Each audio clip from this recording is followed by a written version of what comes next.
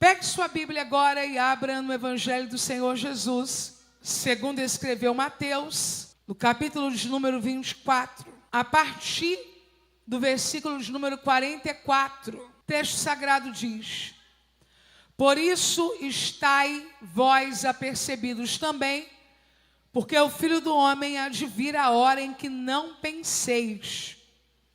Quem é, pois, o servo fiel e prudente que o Senhor constituiu sobre a sua casa para dar sustento a seu tempo? Para dar o sustento a seu tempo. Bem-aventurado aquele servo que o Senhor, quando vier, achar servindo assim. Em verdade vos digo que o porá sobre todos os seus bens. Mas se aquele servo, aquele mau servo disser consigo: meu senhor tarde virá, e começar a espancar os seus conservos, e a comer e a beber com os bêbados, virá o senhor daquele servo num dia em que não espera e a hora em que ele não sabe, e separá-lo-á e destinará a sua parte com os hipócritas. Ali haverá pranto e ranger de dentes. Eu quero orar nesse momento, agradecendo a Deus pela sua palavra. Se você puder, levante uma das suas mãos comigo agora. Pai Santo, bendito seja o teu nome para sempre e eternamente. Não a nós, Senhor, não a nós, mas ao teu nome, por causa de Jesus Cristo, teu Filho, seja a glória. Acabamos de ler a tua palavra, Senhor. Ela permanece no céu e é revelada à tua igreja pelas Escrituras. E a minha oração é para que o Senhor fale e não te cales. E que por causa da tua palavra um exército poderoso seja levantado aqui. Oramos em o nome de Jesus. Amém. Você consegue aplaudir o Senhor pela sua palavra agora?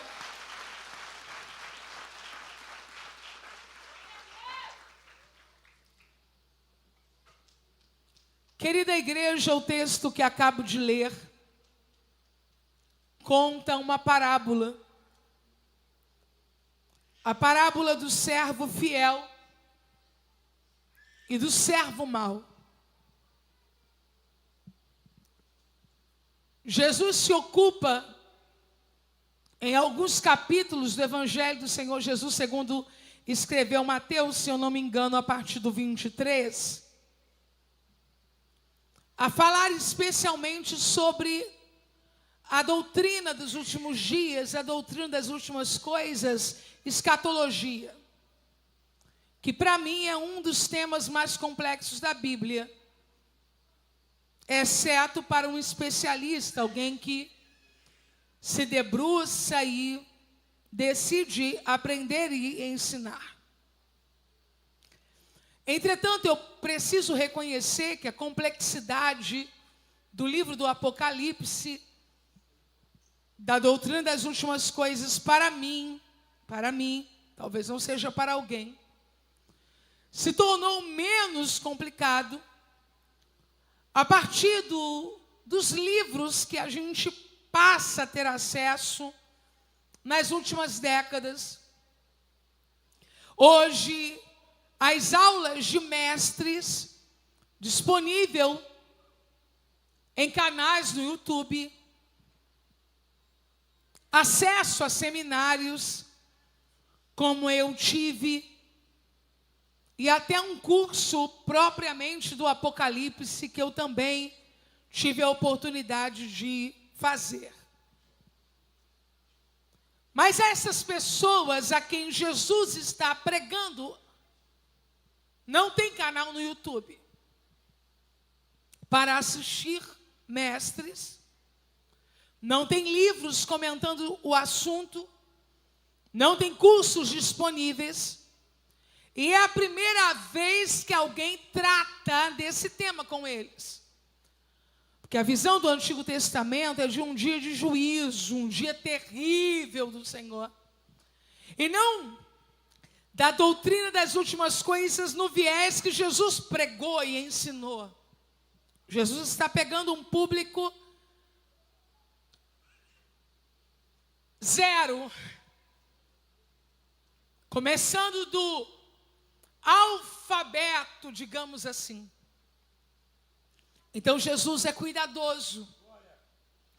E ele traz histórias, muita atenção sobre isso, com elementos presentes na cultura daquelas pessoas, para despertá-las, interessá-las e ao mesmo tempo dar facilidade de compreensão. Parábolas que Jesus contou dentro da escatologia. Parábola das 10 virgens. Virgens, casamento, cortejo, noivo, lamparina, azeite. Toda aquela gente sabia o que era. Outra parábola, talentos. Talentos, a saber, dinheiro, servo, senhor, banqueiro.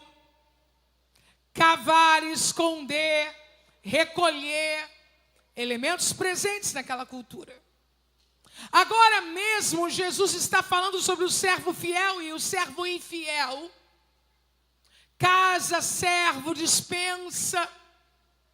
Beber, comer, bêbados. Não há nada tão distante, muito pelo contrário, está muito óbvio a parábola e o que Jesus quer dizer. A questão é que alguns de nós, quando lemos as palavras de Jesus e as parábolas de Jesus, quase 2 milênios ou cerca de 2 milênios após, parece que perdemos o interesse de olhar de forma profunda o que Jesus está dizendo, e não apenas na soma disso tudo. Jesus quis dizer isso. O que nós chamamos de moral da parábola. O que é a moral da parábola? Na soma disso tudo, o principal é isso. Não. Em cada elemento apresentado por Jesus, lições estão escondidas e devem ser reveladas à luz da própria palavra. E mais do que isso, Jesus não conta historinhas. Jesus ensina através de histórias. Por isso, esta parábola de extrema seriedade. Porque não fala, havia um servo e um forasteiro. Porque não fala, havia um crente e um descrente. Porque não fala, havia alguém de confiança e alguém que não era de confiança. Mas coloca 2 pessoas na mesma posição de confiabilidade, mas com destinos finais diferentes, por causa da maneira com que conseguiram levar o que foi designado em suas mãos para fazer. Esta noite nós não temos aqui 2 públicos, filhos e não filhos, amados e não amados, fiéis e infiéis. Esta noite nós temos pessoas que Deus chamou e oportunizou de forma semelhante. Mas o que nós vamos fazer com o que Deus colocou na nossa mão, é isso que determina o final dessa história. O texto começa com um alerta dizendo: por isso, estai vós apercebidos também, porque o Filho do Homem há de vir a hora em que não penseis. Havia uma expressão rabínica que diz que 3 coisas chegam de forma inesperada: um tesouro, um escorpião e o Messias. Eu quero dizer para você que esta noite nós já encontramos o tesouro. Infelizmente já descobrimos escorpiões em ambientes que nunca imaginamos topar com eles. E que a próxima surpresa que nós aguardamos é: o Messias virá buscar o seu povo. A pergunta é clara: quem, pois, é o servo fiel e prudente que o Senhor constituiu sobre a sua casa para dar o sustento a seu tempo? Servo fiel aqui é aquele que une constância, perseverança e atenção. Vou repetir. Quem é o servo fiel? É aquele que reúne constância, perseverança e atenção. Para começar, constância. Em dias de conversões meteóricas e desistências catastróficas, Cristo procura por servos constantes. Dias em que as provações são veementes e projetos começam e terminam na mesma velocidade, Deus nos chama à perseverança. Em dias em que as distrações estão proporcionando mais quedas do que o pecado em si, Deus nos chama a sermos servos atenciosos.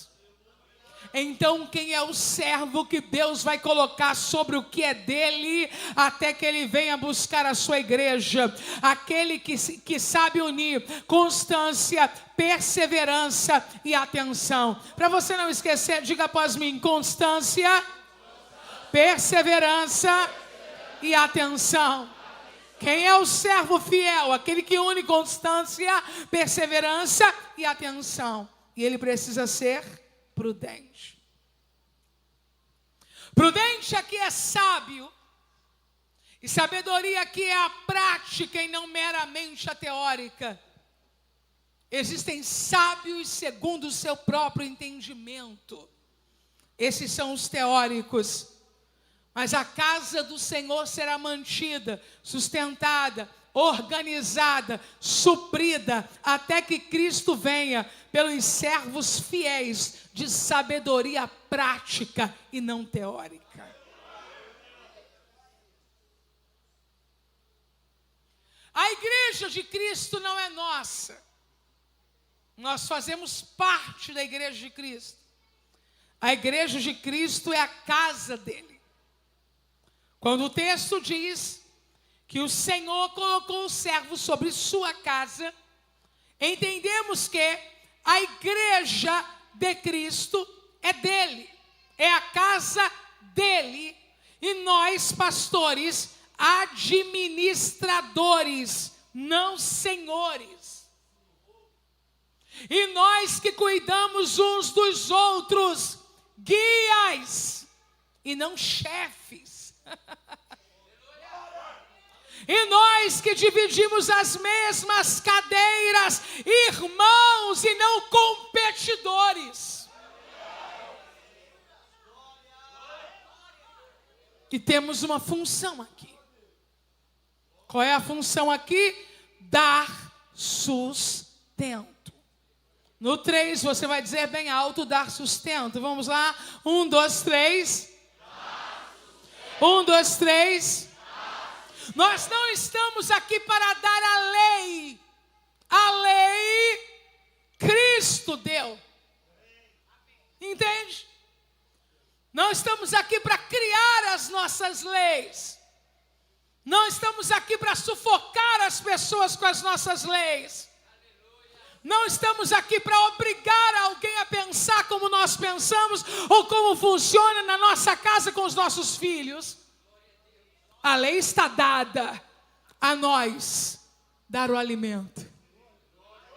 Será que eu poderia dizer assim: cozinhe a lei?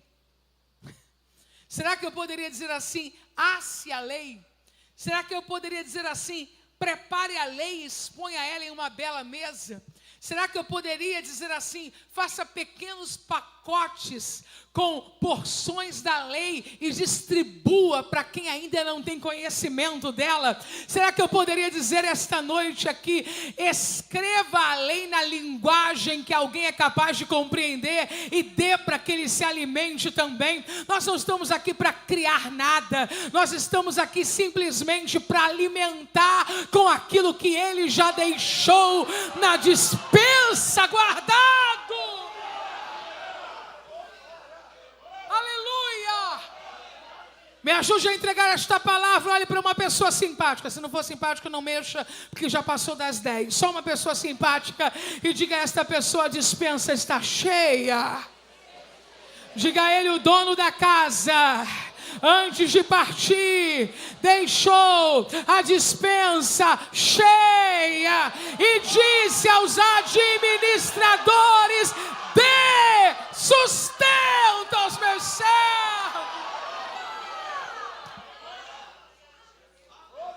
Mas a gente quer dar problemas. Eis aqui uma imperativa, a gente quer dar tarefas. A gente quer dar lições.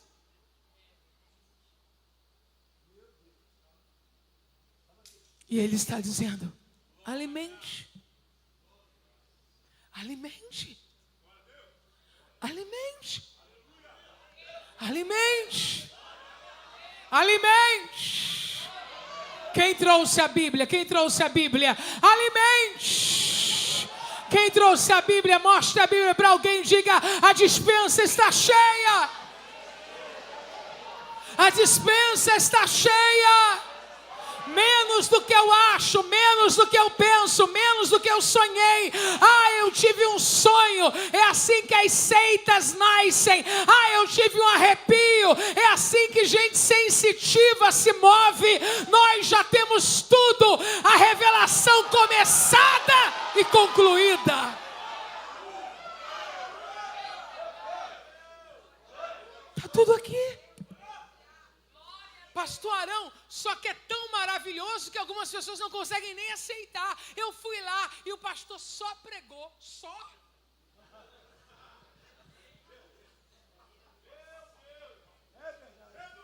Eu perguntei como é que eu faço para ser membro da igreja do pastor Arão. Ele falou que está tudo na Bíblia, mas só na Bíblia. Só na Bíblia.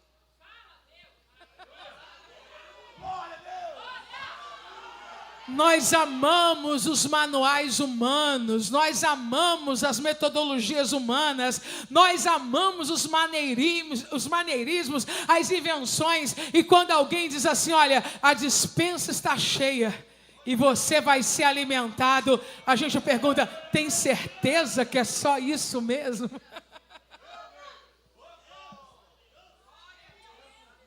Aleluia!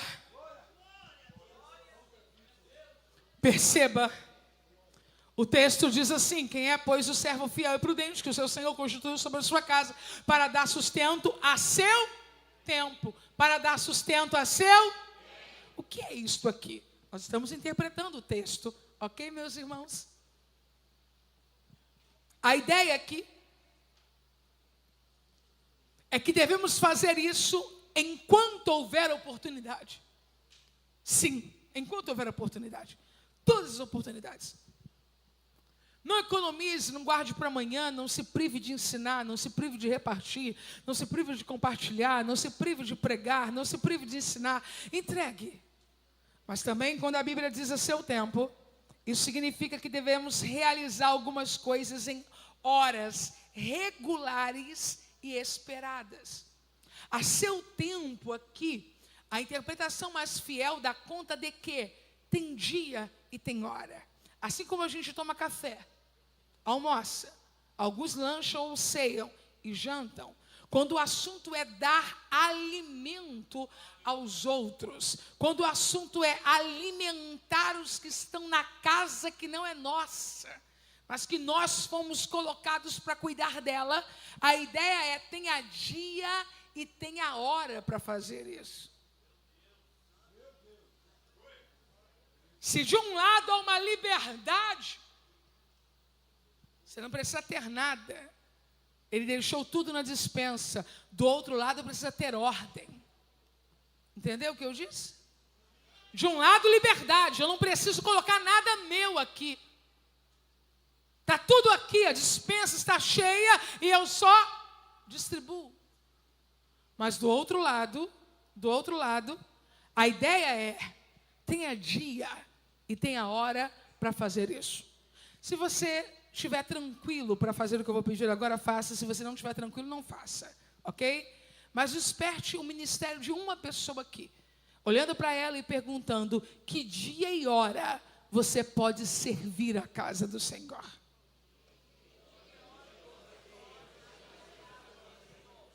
Eu sei que sábado você gosta de arrumar a sua casa. Eu sei que domingo à tarde você gosta de ir ao shopping. Eu sei que de segunda a sexta você trabalha fora. A minha pergunta é, que dia e hora você está disponível para servir a e na casa do Senhor? Entende que às vezes nós temos um eis-me aqui, mas é um eis-me aqui sem compromisso, do tipo, Deus, tu tem todos os meus dias para não dar a Ele dia nenhum. Deus, tu tem todas as minhas horas para não dar a Ele no final hora nenhuma. Em que área você pode servir? Em qualquer uma, para não servir em área nenhuma. Quando na verdade, além da liberdade de termos mantimento para oferecer no tempo que for oportuno, também temos que ter o dia e a hora para que haja compromisso com aquilo que estamos realizando. Eu não vim te perguntar qual o dia que você pode vir receber. Eu vim te perguntar qual dia você está disposto a vir para dar. O Ministério de Louvor pode contar com você, a zeladoria da igreja pode contar com você, a cantina da igreja, a recepção da igreja, a livraria da igreja pode contar com você. O que eu estou pregando aqui está em perfeito desuso, tá bom? Você está recebendo hoje aqui uma coisa que dificilmente você vai receber em outro momento, a não ser do pastor da igreja. Os pregadores não falam mais sobre essas vivências em sua maioria, porque eles também já não vivem mais isso. E quem não faz não pode falar. Eu estou falando de alguém que vive o solo da igreja. Igreja não é só uma experiência transcendental, é uma experiência real de compromisso. A igreja exige que alguém diga, eu vou na segunda, e o outro diga, conta comigo na terça, e o outro diga, na quarta é comigo, e o outro diga, na quinta eu estou aqui, e o outro diga, sexta é a minha vez. Não. Campo das ideias. Não. Isso aqui é tangível, isso aqui é real. Se não passar pano, fica empoeirado. Isso aqui é real. Se não tiver quem toque, não toca sozinho. Isso aqui é real. Se não tiver quem pregue, ele não vai andar sozinho aqui. Isso aqui é real. E Deus está chamando gente que tem a chave da despensa, tem a chave da despensa e tem a coragem e o compromisso de dizer, tal dia é meu, tal hora é minha.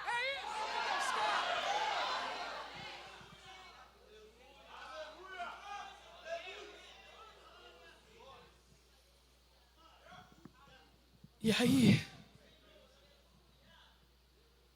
o texto diz, bem-aventurado. 55 vezes no Novo Testamento. Bem-aventurado. Vamos dizer juntos no 3? 1, 2, 3. Bem-aventurado. Isso. Aquele servo que o seu Senhor, quando vier, achar servindo do jeito que Ele quer, assim, com dia, com hora, com a chave da despensa,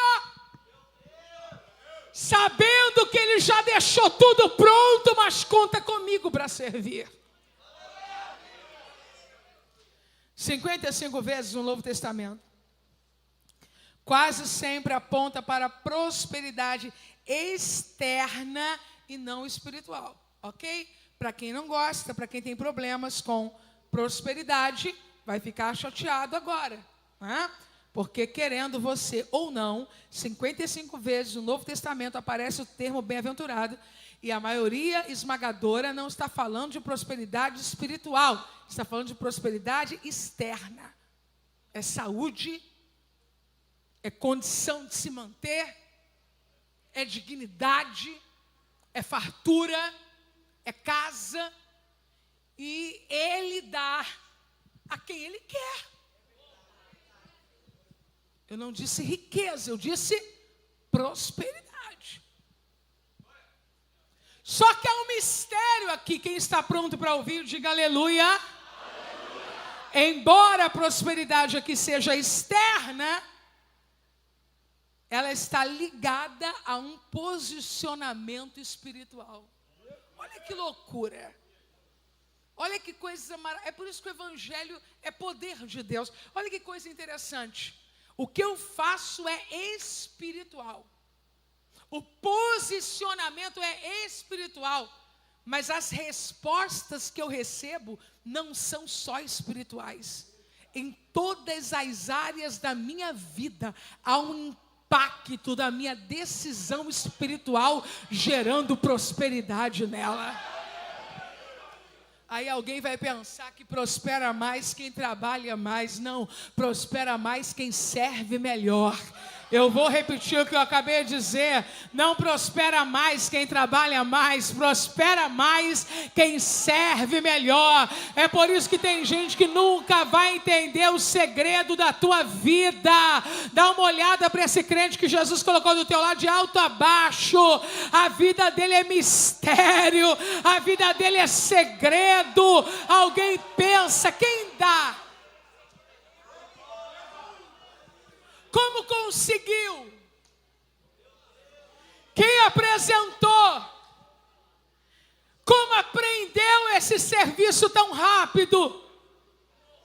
Como que ele vende? Tem gente querendo comprar o que ele compra, tem gente querendo vender.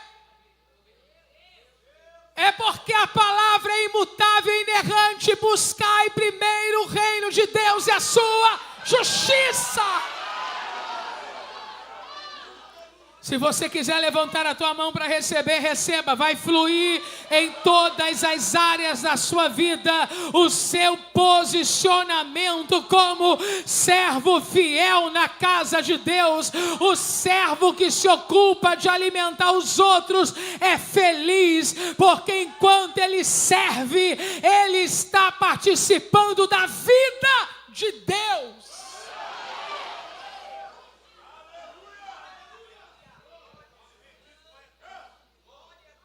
Matthew Henry diz que essa expressão servindo assim, bem-aventurado o servo que quando o Senhor voltar, achar servindo assim. Há uma bênção assegurada àqueles que são aprovados como mordomos fiéis e são achados servindo. Eu vou dizer algo aqui que quando eu li me impactou muito e eu quero compartilhar com vocês. Perto da honra daqueles que morrem no campo de guerra sofrendo como mártires, está a honra daqueles que morrem no campo de serviço, plantando, semeando e colhendo para Cristo. O que eu estou dizendo aqui é que não há diferença entre um pastor que morre como um mártir e um pastor que morre em um tempo de fidelidade de serviço, plantando, semeando e colhendo para Cristo. Não há diferença. É a mesma vida útil, é a mesma vida poderosa, é a mesma vida conquistando as almas que o Cordeiro ganhou com o sangue que ele derramou.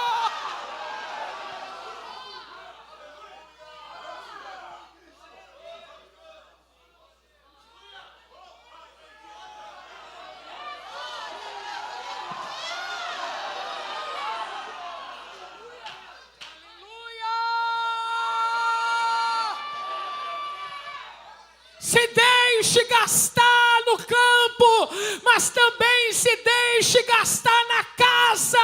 Não adianta termos irmãos se gastando no campo e outros morrendo de fome na casa, porque nós não nos levantamos para servir.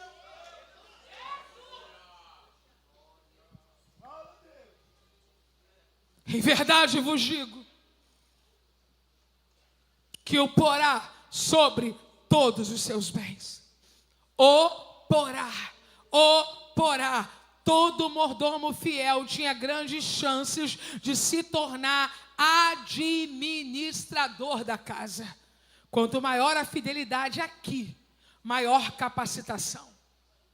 Capacitação que não cessa com a morte. O que eu vou dizer agora é escatológico, é profundo e é verdadeiro. No futuro eterno, Deus dará alguns governo para continuar a serviço de Deus, e não serão os indolentes, não serão os relaxados, não serão os relapsos, não serão os preguiçosos, não serão os murmuradores, não serão aqueles que começam e não terminam, não são aqueles que acham sempre que estão fazendo muito e que Deus merece menos. O governo é para quem serviu de forma legítima.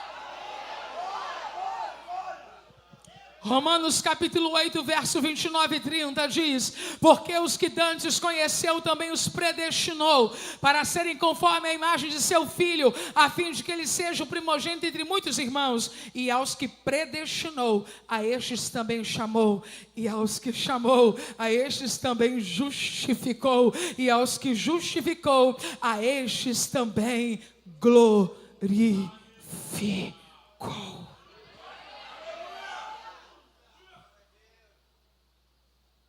Mas se aquele mau servo disser no seu coração,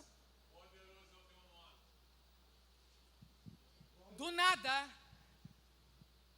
rompe a figura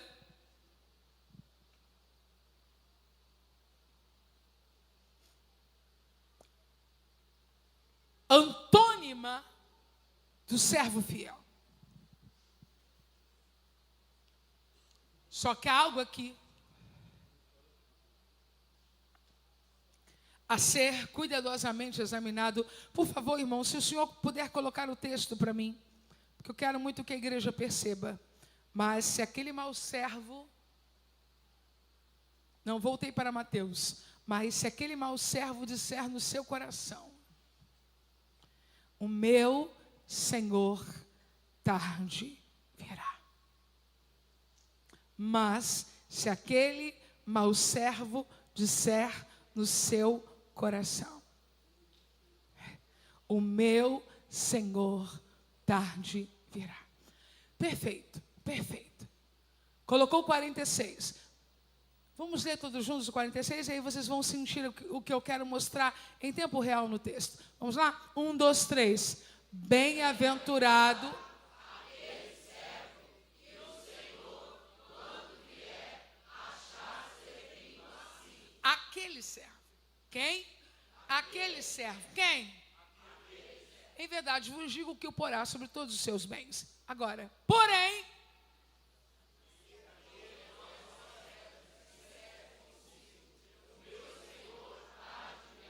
quem é esse mau servo? Não tenha medo, é exatamente isso. É aquele. Mas aquele não era bom?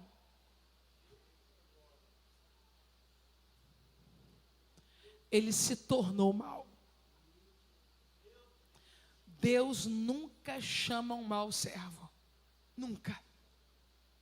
O problema é que algumas pessoas estragam durante o processo. Eu não sei se você já teve esse pensamento, não disse para ninguém, mas pensou, porque eu já pensei, talvez mais alguém tenha pensado, ou só eu fui a impura que pensei. Mas eu já pensei a olhar para algumas pessoas: Senhor, tenha dó. Como que um ser humano que se comporta desta maneira, com tanta soberba, com tanta arrogância, pode ter algum investimento espiritual de Deus na vida? Porque tem. a gente olha e vê que está lá, tem dons, tem isso, tem aquilo. Senhor, o que é isso? Eu não pergunto às pessoas na rua, eu não pergunto para o crente que está do meu lado, porque é maledicência, mas eu penso e pergunto para Deus.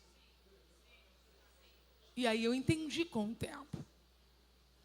Quando Deus deu tarefas na casa, quando Deus deu a ele tarefas na casa, quando Deus deixou a chave da despensa, ele não era mau. O problema é que ele se tornou. E sabe por que ele se tornou mau?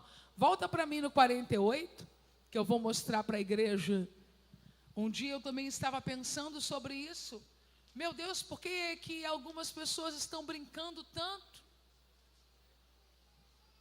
Elas não acreditam mais na iminente volta de Jesus. Não acreditam mais. Porém, se aquele mau servo disser consigo, meu Senhor, tarde virá. Você sabe o que é isso? Não vai vir agora. O coração muda quando a expectativa muda. E tem gente vivendo da maneira que quer, com a falsa ideia de que ele não vai voltar agora. Quiçá para alguns não vai voltar mais. Mas eu vim dizer a esta igreja o que esta igreja já sabe, mas é bom repetir. Ele virá. Eu vou repetir o que eu acabei de dizer agora. Ele virá. Ele virá. Ele virá. Ele virá. Coloca para mim, meu irmão, Jeremias 2:2. Não deixe o seu coração mudar. Vai e clama aos ouvidos de Jerusalém, dizendo, assim diz o Senhor, lembro-me de ti, lembro-me de ti, lembro-me de ti, da beneficência da tua mocidade e do amor dos teus depositórios, quando andavas após mim no deserto, numa terra que não semeava. Deus está dizendo, eu lembro de um tempo que você não tinha onde cair vivo, e você andava comigo. Eu me lembro de um tempo que você comia pão com mortadela, mas você era fiel. Eu lembro de um tempo que você chegava, começava a orar sozinho, se não aparecesse ninguém, você cantava, você lia o salmo e saía sem murmurar, dizendo, fiz o que deveria ser feito. O seu coração não pode mudar.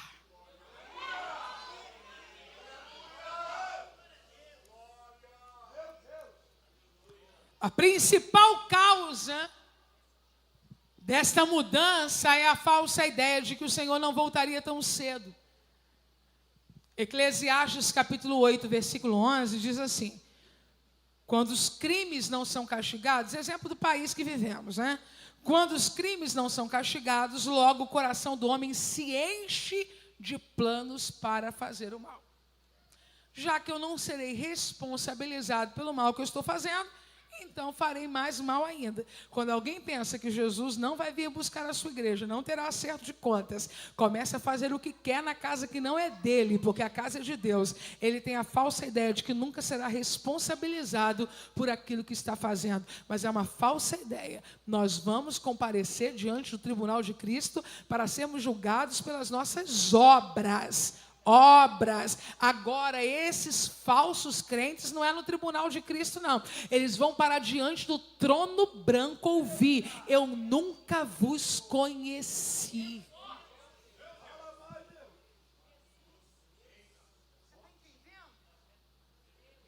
Para nós não é o trono branco. Você está igual a mim, né? Fraquinho, mas é de Jesus. É fraquinho, mas é de Jesus? Tranquilo. Tribunal de Cristo. Para as nossas obras serem julgadas.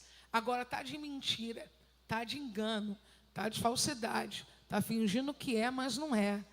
Vai comparecer diante do trono branco e vai ouvir: eu nunca te conheci.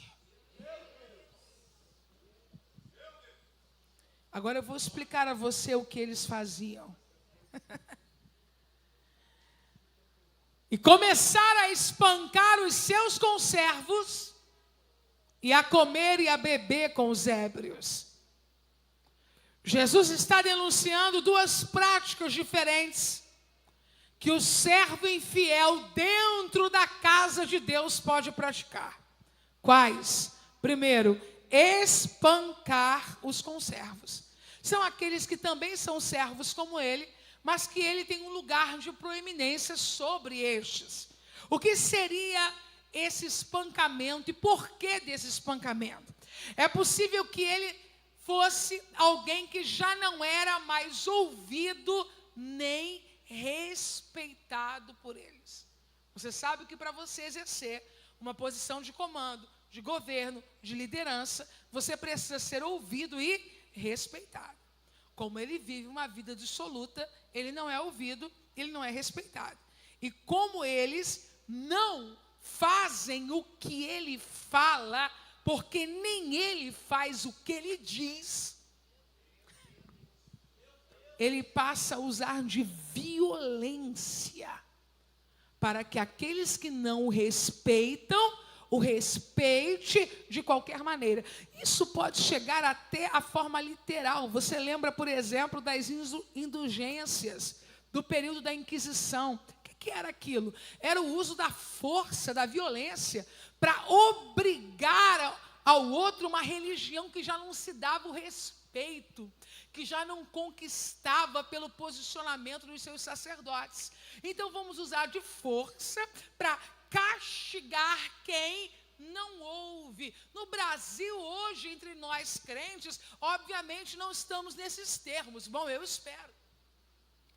Mas o que tem de gente que quando abre a boca só sabe espancar, só sabe ferir, só sabe envergonhar em nome de uma autoridade que já perdeu há muito tempo, é muito comum. E o Senhor está dizendo para esse servo que não é dono de nada: pare de espancar os seus irmãos, porque eu vou voltar para te pedir contas. Com muito carinho, só as meninas, segure na mão dessa menina que está do seu lado e diga a ela: eu estou aqui para te ajudar a chegar no céu. Isso, estou aqui para te ajudar a chegar no céu. Minha irmã, não use a sua língua para ferir alguém por quem Jesus derramou o seu sangue. Eu vou repetir o que eu acabei de dizer: não use a sua língua para ferir alguém por quem Jesus derramou o seu sangue.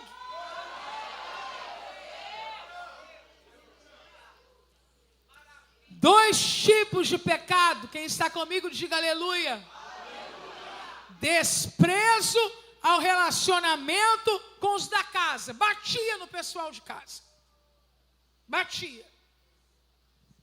E quando o assunto era os de fora, a Bíblia diz que ele tinha um relacionamento tortuoso com eles. Por quê? Ele não aconselhava os ébrios, ele bebia com eles. Beber com os ébrios é simplesmente o seguinte: repetição da má conduta. Eu vou explicar para você como vive o servo mau. Aqui ele só quer bater, e lá fora ele só quer agradar.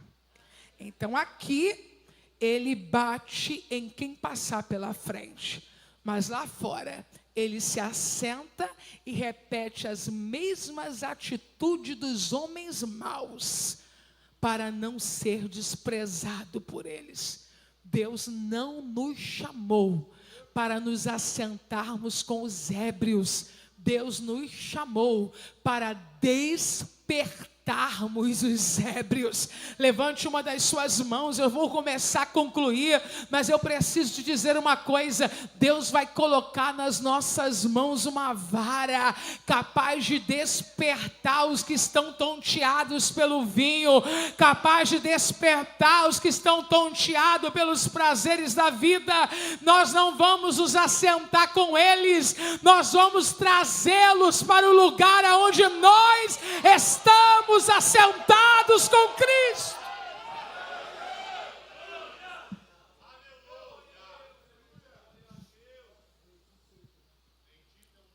Perceba a progressão. Quem está comigo, diga aleluia. Ele agora se torna escravo dos prazeres, come e bebe com os ébrios, mas o Senhor da casa o deu a responsabilidade de ser o quê? Senhor, mordomo, chefe. Uma frase para quem quiser levar para casa: quem é escravo dos prazeres não pode ser senhor de nada. Não deixe nenhum prazer humano escravizar você. Esta noite, nós queremos ser escravos da graça e senhores sobre a nossa vontade por causa de Cristo. Mas o texto diz: virá o Senhor daquele servo num dia em que o não espera e a hora em que ele não sabe. A descrença no retorno dele não adiará esse retorno. Eu vou repetir: a descrença no retorno dele não adiará esse retorno. Eu vim dizer a esta igreja: Cristo vem, Cristo vem, Cristo vem. Eu vou repetir: Cristo vem, Cristo vem, Cristo vem. Eu vou repetir: Cristo vem, Cristo vem, Cristo vem.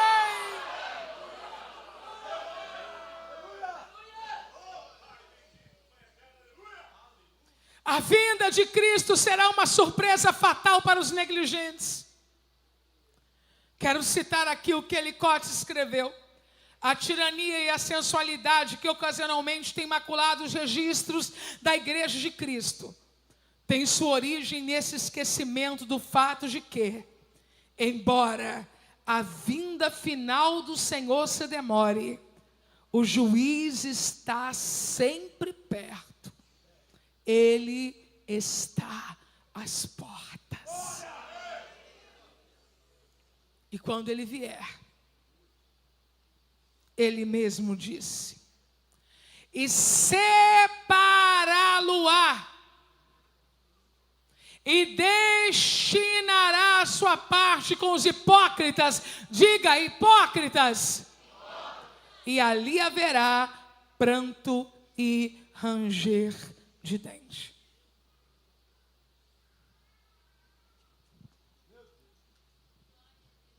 Sua parte será com os hipócritas.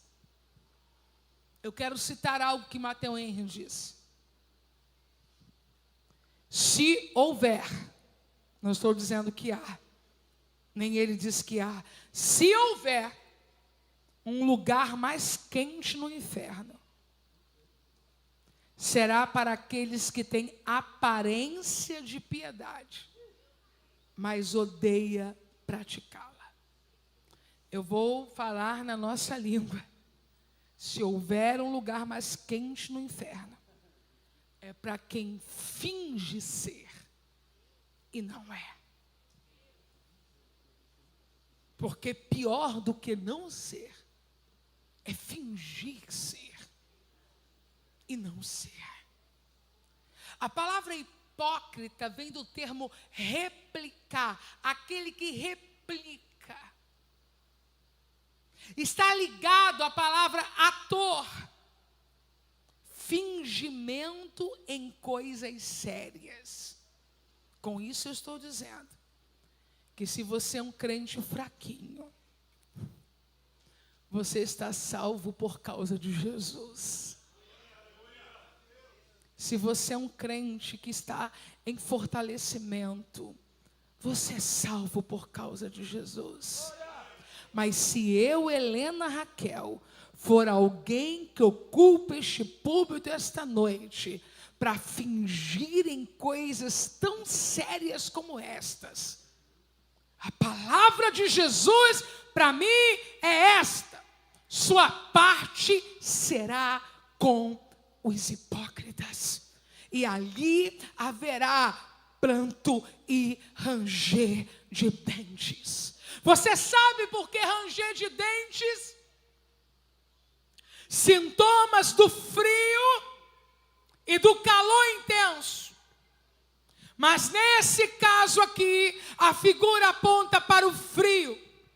É semelhante ao convidado mal vestido da parábola, que é colocado para fora da sala aquecida do banquete e fica do lado de fora, aonde há frio e ranger de dentes. E com todo o temor de Deus, fique de pé. Já tem gente vivendo um prenúncio disso. Ele está sempre do lado de fora, já percebeu? E eu não estou falando dos trabalhadores que estão lá fora servindo, não. Eu estou falando de uma vida cristã sempre distante da mesa de Deus.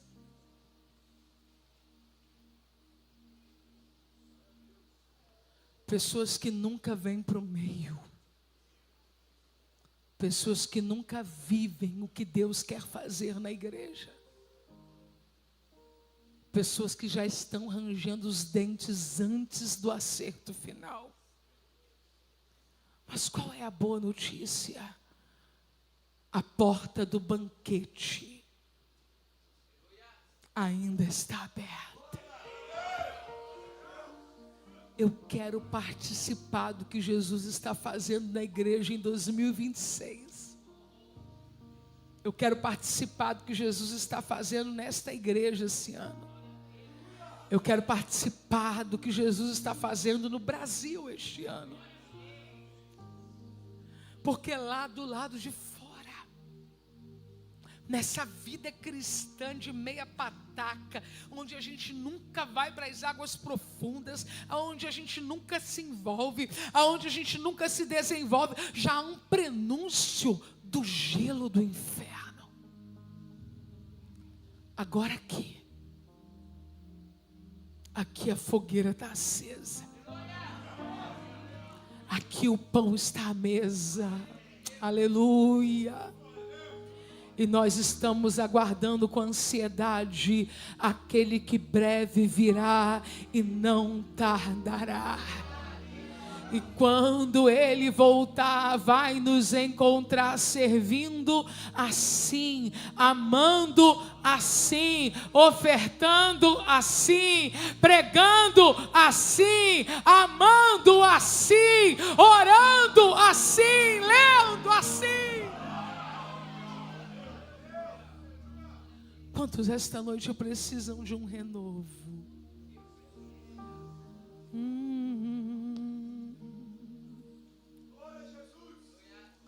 Deus não errou quando investiu em mim. Deus não errou quando investiu em você. Deus não errou quando investiu em nós. O que nós precisamos hoje é sermos renovados à primeira posição que estávamos diante dele. Posição de quê? Constância, perseverança e atenção. Se você puder, levante uma de suas mãos agora. Eu quero orar com você. Amado e eterno Deus, nesta noite, quarta-feira, o Senhor está aqui para nos lembrar: eis que cedo venho, e o meu galardão está comigo, para dar a cada um segundo as suas obras. Não nos deixa dormir o sono da indolência. Não nos deixa esquecer da tua vinda. Não nos deixe espancar os nossos irmãos, nem nos assentarmos com aqueles que pecam contra o teu nome. Ó Espírito Santo, que esta noite haja renovo para a nossa mente, haja renovo para o nosso coração, haja renovo para a nossa alma e também para a nossa esperança.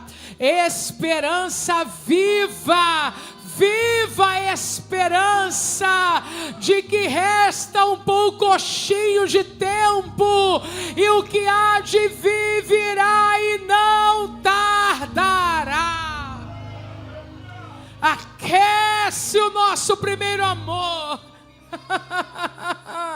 Aquece o nosso primeiro amor.